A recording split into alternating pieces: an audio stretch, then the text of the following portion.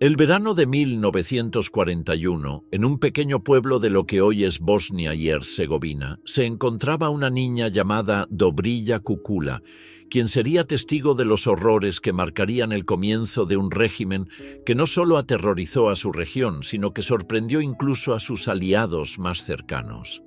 Ese régimen era el del Ustasha, liderado por Ante Pavelić, un hombre cuya visión de un Estado croata independiente y étnicamente puro se materializaría a través de una violencia indescriptible. Para entender cómo surgió el Ustasha y cómo Pavelić llegó al poder, debemos retroceder a las primeras décadas del siglo XX, en un territorio marcado por la división y el caos. Yugoslavia, un país que reunía a una multitud de grupos étnicos y religiosos, estaba en constante lucha interna. Serbios, croatas, bosnios, musulmanes, ortodoxos, católicos y judíos convivían en una nación donde las tensiones se volvían cada vez más insostenibles. El gobierno yugoslavo, incapaz de unir a estos grupos, caía en manos de diferentes facciones a lo largo de los años, perpetuando un ciclo de inestabilidad. Fue en este contexto de caos y agitación que un abogado croata, Ante Pavelić, decidió que tenía la solución para los problemas de su nación. En 1929, inspirado por los movimientos fascistas en Italia y los nazis alemanes, fundó el Ustasha, un grupo ultranacionalista que abogaba por la creación de una Croacia independiente, libre de la influencia serbia. Su visión era clara: una Croacia puramente católica y croata, donde los demás grupos étnicos y religiosos, especialmente los serbios, fueran eliminados o forzados a abandonar el territorio. La ideología del Ustasha se caracterizaba por su extremismo.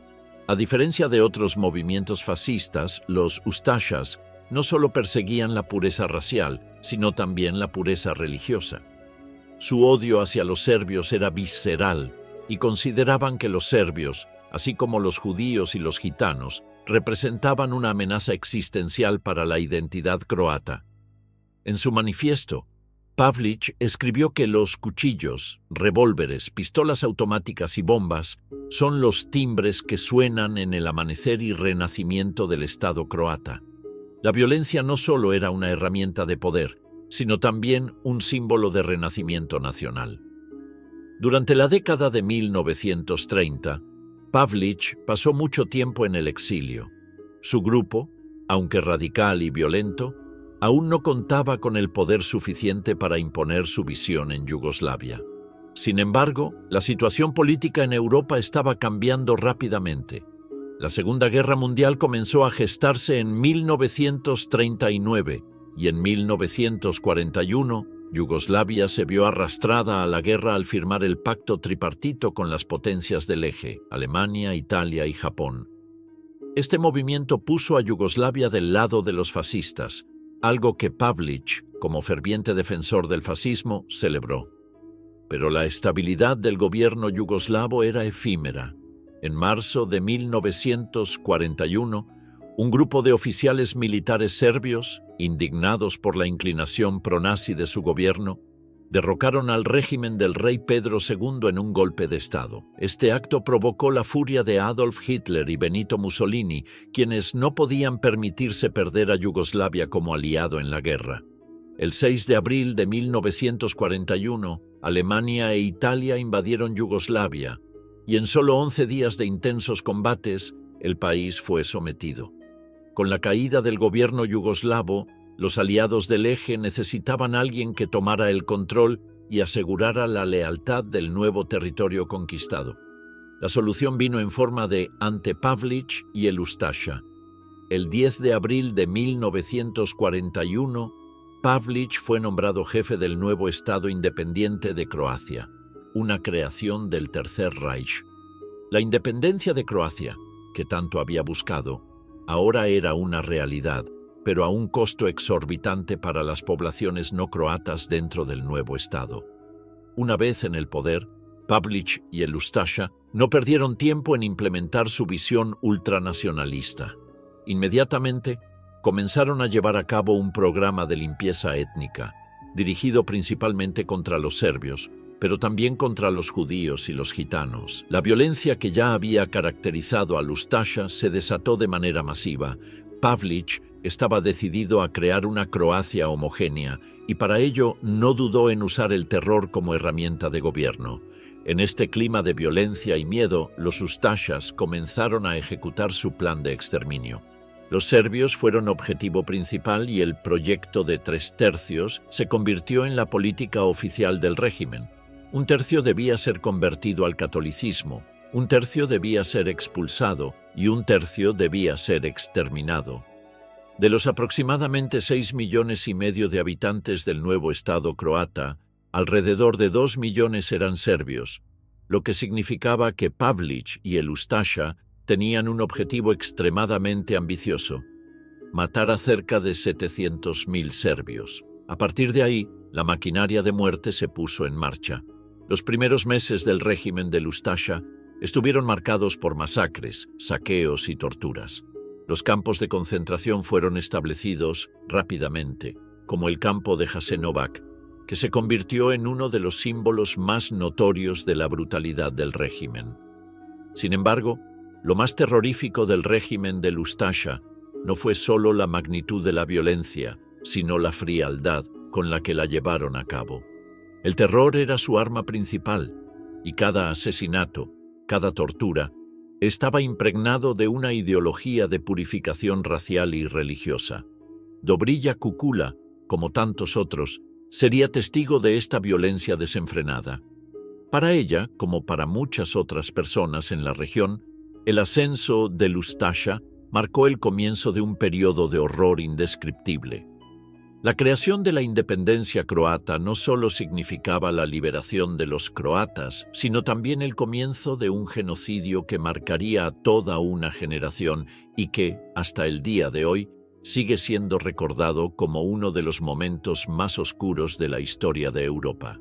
Con el ascenso de Ante Pavlich y el régimen del Ustasha, la idea de un Estado croata étnicamente homogéneo comenzó a tomar forma. Sin embargo, la creación de la independencia croata no era más que el inicio de un proyecto mucho más oscuro: la eliminación sistemática de aquellos considerados indeseables para la visión fascista del Ustasha.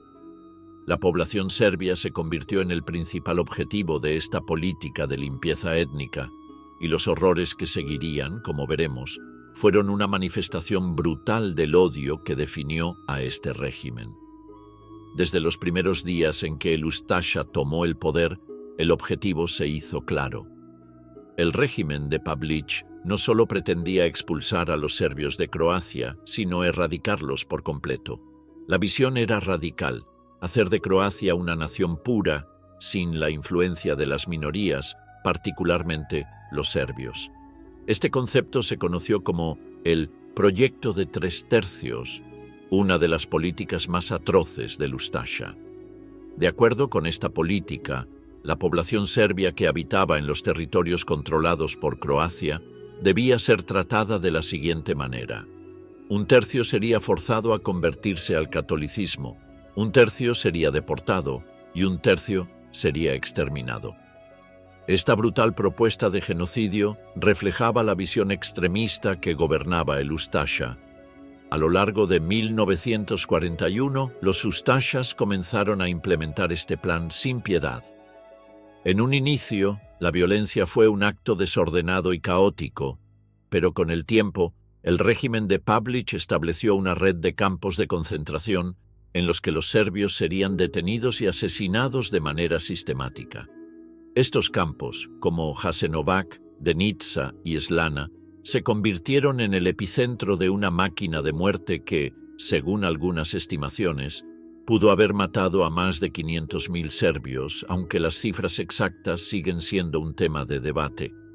Lo que es indiscutible es la magnitud de la barbarie que se desató en estos campos. El Ustasha se apoyó en una combinación de terror, tortura y aniquilación masiva para implementar su visión. En muchos casos, no era necesario un juicio formal ni un proceso legal para determinar el destino de una persona. Si uno era serbio, simplemente estaba condenado a morir. Se llevaban a cabo fusilamientos masivos, pero también torturas extremadamente crueles. Las víctimas eran a menudo sometidas a mutilaciones, y sus cuerpos eran arrojados a fosas comunes o arrojados al río Sava. Uno de los testimonios más impactantes de este periodo proviene de un sacerdote croata, Aloksije Misic, quien, horrorizado por lo que presenció, denunció públicamente la masacre, describiendo cómo mujeres y niños fueron arrojados vivos a los pozos y cómo se realizó el asesinato sistemático de miles de personas de la manera más brutal posible. El régimen también se valió de grupos paramilitares conocidos como los Wildlasha.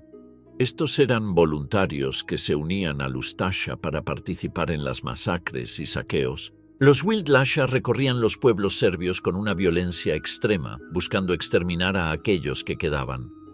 Estos grupos recibían como recompensa el saqueo de las propiedades de las víctimas, lo que aumentaba la brutalidad del régimen, que no solo mataba por motivos ideológicos, sino también para enriquecerse a costa de las víctimas. La violencia no solo era política, sino también una forma de saqueo y pillaje. La visión del Ustasha también implicaba un ataque no solo contra los serbios, sino contra todos los pueblos que consideraban inferiores, incluidos los judíos y los gitanos. Para Pavlic y sus seguidores, los serbios representaban la mayor amenaza a la pureza croata, pero la violencia se extendió a todos los que no encajaban en su visión de una nación homogénea y católica. Los judíos fueron deportados y muchos de ellos también fueron asesinados en campos de concentración o fusilados en las calles.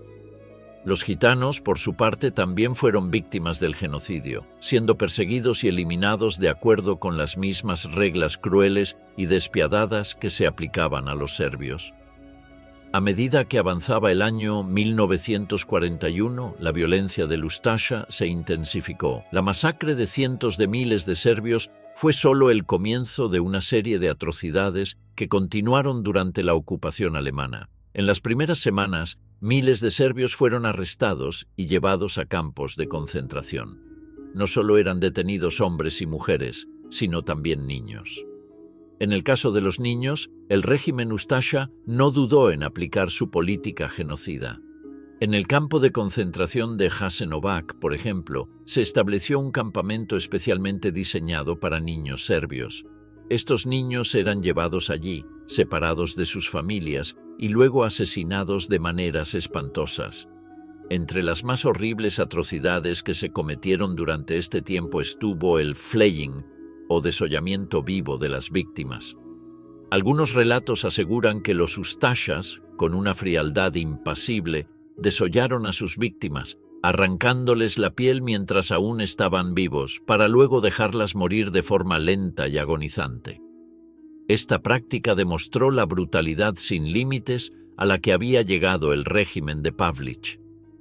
No solo se trataba de matar, sino de someter a las personas a una violencia tan espantosa que rozaba el sadismo más extremo. A lo largo de este proceso, la brutalidad de los Ustashas fue tal que incluso sus aliados en la Alemania nazi comenzaron a mostrar su preocupación. Las masacres de los serbios y las torturas perpetradas por el régimen Ustasha provocaron la alarma en las altas esferas nazis. Un oficial alemán, el teniente coronel von Beth, calificó las matanzas en Bosnia como una bestialidad. Esta preocupación se intensificó cuando se informó que los Ustashas estaban matando a niños y mujeres de una manera tan cruel que incluso los nazis comenzaron a temer que los actos del Ustasha pudieran crear una imagen negativa para el eje. Pero a pesar de las preocupaciones internacionales, Pavlic y su régimen siguieron adelante con su política genocida. La creación de un Estado croata puro y libre de serbios, judíos y gitanos fue la principal obsesión del Ustasha. La brutalidad con la que llevaron a cabo esta misión dejó una huella imborrable en la historia de Europa y, en particular, en la historia de los Balcanes. El tercer proyecto del Ustasha, el plan de exterminio de los serbios, marcaría uno de los episodios más oscuros y devastadores del siglo XX. una tragedia que seguiría resonando mucho después del final de la Segunda Guerra Mundial. El ascenso de Ustasha y su régimen brutal no fue, sin embargo, un proceso ininterrumpido de exterminio sin resistencia. Aunque la violencia de Pavlić y sus seguidores fue desmesurada, no todos los pueblos serbios ni las poblaciones bajo el control de Ustasha se sometieron sin luchar. En medio del terror, surgieron brotes de resistencia, aunque muy a menudo esos intentos fueron sofocados de forma brutal. Sin embargo, el espíritu del pueblo serbio no se extinguió tan fácilmente, y muchos, pese a la imparable violencia, se mantuvieron firmes en su lucha por sobrevivir y resistir, mientras la humanidad caía en los abismos más oscuros de la barbarie.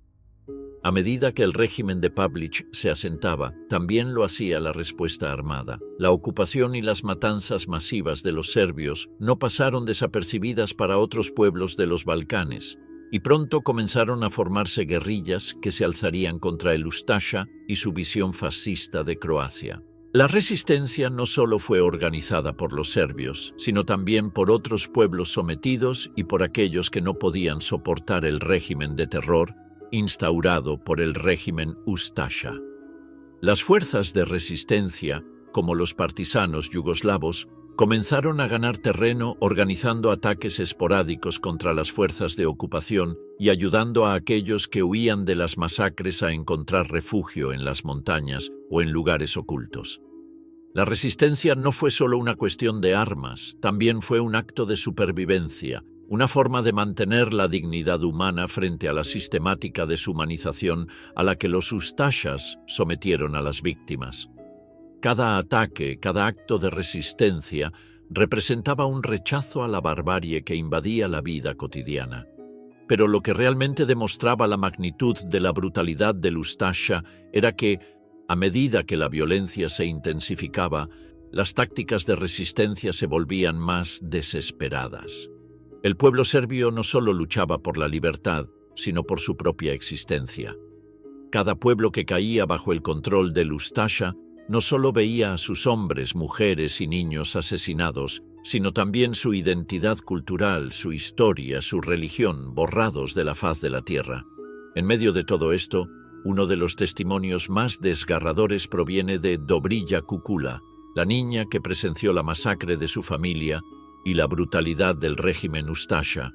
Cuando el ejército de Pavlić se presentó en su aldea, ella y su familia fueron capturados y llevados a un campo de concentración. En su relato, Dobrija describe cómo los hombres y las mujeres fueron separados de los niños y cómo todos fueron forzados a marchar hacia su destino, mientras sus aldeanos gritaban y les pedían que huyeran. La desesperación y la confusión se apoderaron de todos, pero lo más impactante fue la actitud de los Ustashas. No solo mataban, saboreaban la muerte. La forma en que torturaban a sus víctimas era un espectáculo macabro de sadismo, una coreografía de horror y dolor que dejaba a las víctimas y a los testigos aterrados e impotentes. A pesar de la violencia imparable, las comunidades resistieron a su manera. En muchos casos, los aldeanos se refugiaban en el campo, ocultándose de las patrullas del Ustasha, intentando sobrevivir con lo poco que podían cosechar. Aquellos que no pudieron escapar o que no tuvieron tiempo de esconderse fueron asesinados sin piedad. La estrategia del Ustasha era clara: destruir toda resistencia posible, y lo hicieron con un fervor fanático. Sin embargo, la resistencia en las sombras seguía siendo una chispa que no se apagaba por completo. Los guerrilleros partisanos, inspirados por la determinación de aquellos que no se habían rendido, continuaron luchando a pesar de las bajas constantes y la represión brutal del Ustasha. En los campos de concentración, la situación era aún peor. Una vez allí, las víctimas no solo eran sometidas a trabajos forzados, sino que se veían expuestas a una violencia sin límite. Los niños, como Dobrija, eran testigos de actos inimaginables, como los abusos sexuales y las mutilaciones. En su relato, ella describe cómo un primo de 11 años fue castigado de manera espantosa tras ser acusado de robar un trozo de pan negro. Los Ustashas, con una crueldad incomprensible, Le cortaron la mano derecha ante los ojos de la niña. Esta imagen, aterradora y desgarradora, quedó grabada en la mente de Dobrilla, quien sería una de las pocas sobrevivientes que pudo contar la historia de su familia y su pueblo. Los campos de concentración de Ustasha se convirtieron en verdaderos centros de tortura, donde el sufrimiento de las víctimas no conocía límites. El testimonio de Dobrilla, que sobrevivió a esta experiencia, es un grito de dolor que revela la magnitud del horror. El campo al que fue llevada, conocido como Jasenovac, se convirtió en uno de los más notorios, y fue allí donde miles de serbios, croatas, judíos y gitanos fueron asesinados de forma sistemática. Las técnicas de tortura que utilizaban los Ustashas en estos campos eran indescriptibles, y los sobrevivientes que lograron escapar de las garras del régimen llevaron consigo no solo cicatrices físicas, sino también cicatrices emocionales que nunca sanarían. La humanidad de los pueblos serbios y de otros pueblos de los Balcanes fue destruida no solo físicamente, sino también espiritualmente. El Ustasha no solo buscaba eliminar a sus víctimas, sino también borrar su cultura, su religión, sus raíces. En cada pueblo que caía, el régimen se encargaba de destruir templos, destruir símbolos de identidad, borrar toda huella de resistencia.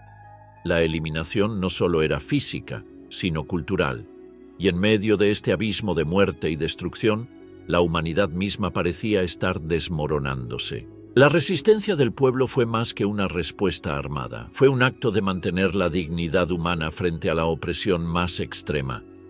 Fue un recordatorio de que, a pesar de la barbarie, el espíritu humano no se apaga tan fácilmente.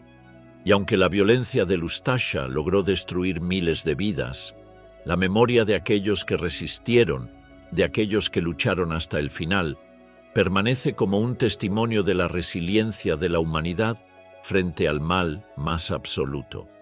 La resistencia no fue solo una cuestión de armas, sino también de resistencia moral y ética en un tiempo en el que la humanidad parecía haber caído en el olvido.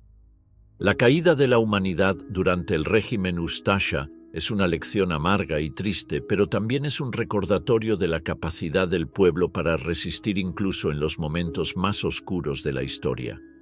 La brutalidad del régimen del Ustasha, que operaba bajo la dirección de Ante Pavlic, no pasó desapercibida, ni siquiera por sus aliados en el eje. Si bien las potencias del Tercer Reich y la Italia fascista inicialmente aplaudieron la creación del Estado independiente de Croacia y la violencia con la que se implementaba su ideología fascista, las masacres a gran escala que se desataron en los territorios ocupados empezaron a causar incomodidad dentro del aparato nazi. A medida que la violencia se intensificaba y las atrocidades del Ustasha se volvían cada vez más monstruosas, la reacción alemana comenzó a cambiar. La matanza masiva de los serbios, los abusos indescriptibles contra los prisioneros y las torturas inhumanas fueron tan excesivas que incluso los oficiales alemanes empezaron a considerar que estas acciones podían dañar la imagen pública del eje. A medida que los informes sobre las matanzas y las atrocidades cometidas por los Ustashas llegaban a Berlín, las tensiones entre los nazis y los croatas aumentaban. Mientras que la política nazi en Europa del Este se basaba en el exterminio sistemático de judíos, gitanos y otros indeseables, la magnitud de las matanzas perpetradas por el Ustasha fue más allá de lo que los propios nazis consideraban aceptable. Los oficiales alemanes, que ya estaban comprometidos con su propia agenda de terror en Polonia, Ucrania y otros territorios del Este, comenzaron a expresar su creciente preocupación ante el grado de brutalidad al que los Ustashas habían llegado. Uno de los primeros informes de condena provenía de un capitán alemán, Konapatsky, quien estaba destinado en Bosnia. Su informe, enviado a las autoridades superiores en Berlín, calificaba la matanza de serbios en la región como una nueva ola de carnicería. No solo se trataba de los fusilamientos masivos, sino también de las formas espantosas en las que los Ustashas torturaban a sus víctimas. Se reportaron casos de mutilación extrema, con cuerpos de hombres, mujeres y niños desfigurados, de formas que incluso los soldados alemanes encontraban repulsivas. Los nazis, que ya estaban llevando a cabo sus propios genocidios, se vieron sorprendidos por el sadismo desplegado por los Ustashas.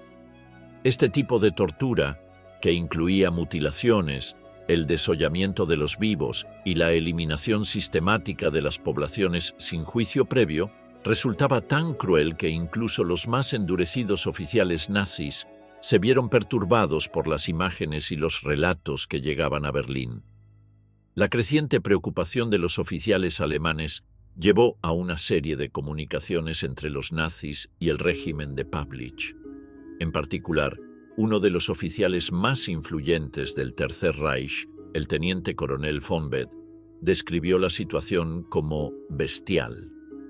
A pesar de la brutalidad inherente al régimen nazi, los informes sobre el trato a los serbios y otros grupos étnicos bajo el Ustasha empezaron a despertar críticas.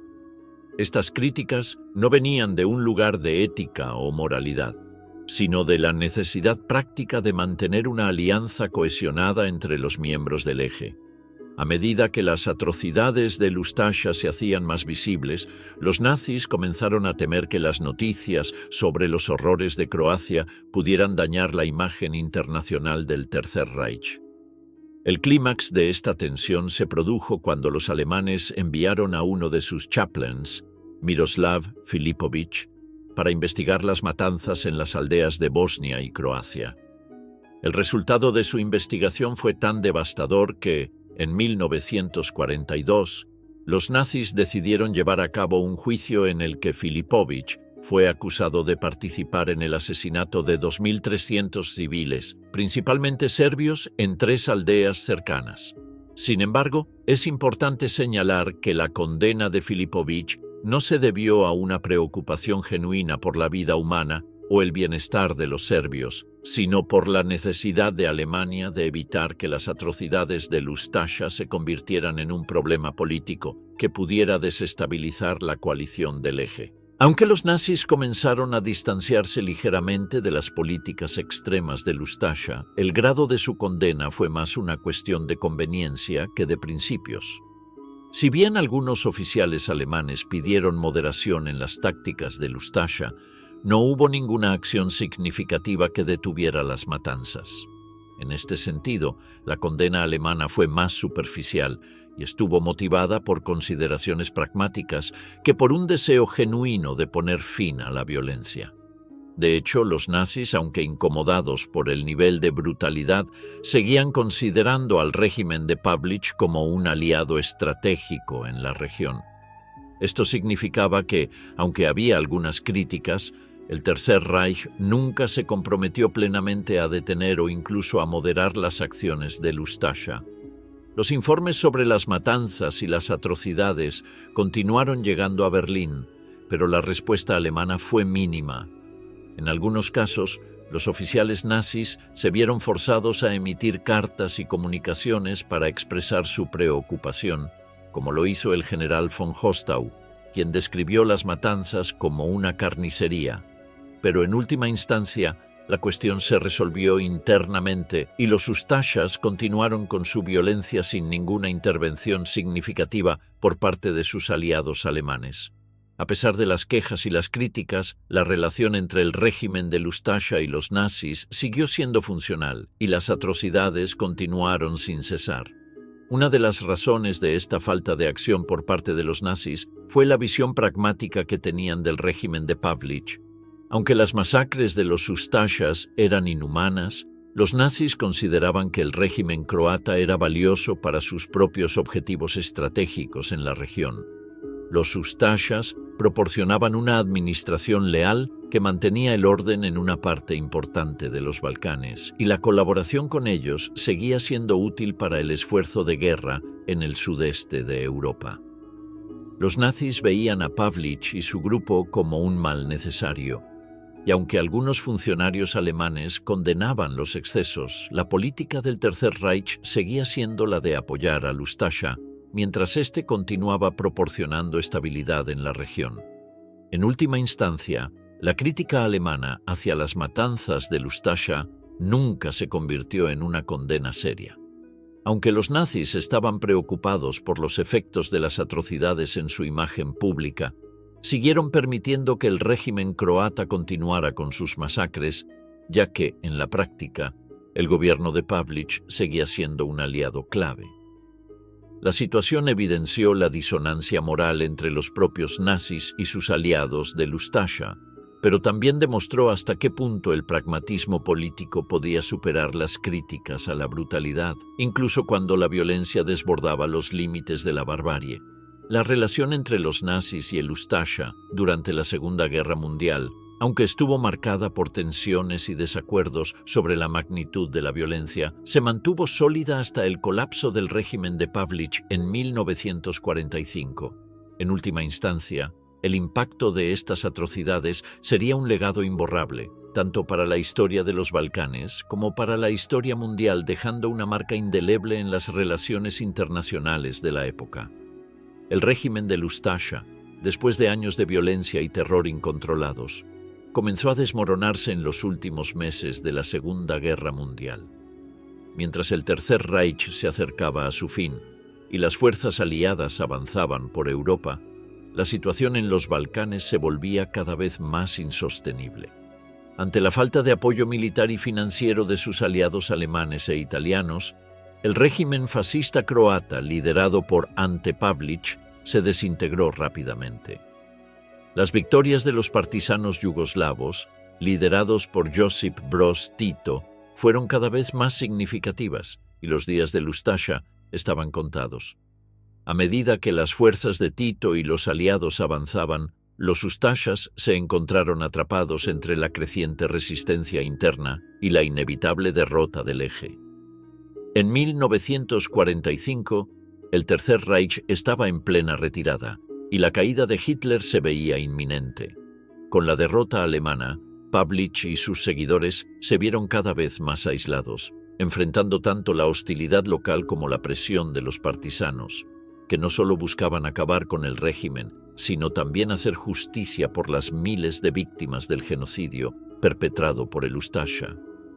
El día a día del régimen se volvió caótico, con una creciente desorganización entre sus líderes, quienes intentaban desesperadamente escapar de la justicia. La situación se complicó aún más cuando la inestabilidad dentro del propio Estado independiente de Croacia se hizo más evidente.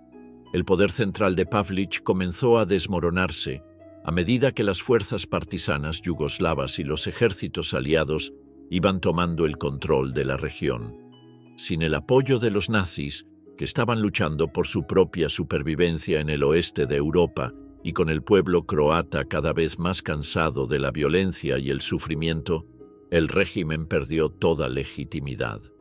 En abril de 1945, Pavlić y los principales miembros del gobierno de Ustasha comenzaron a huir.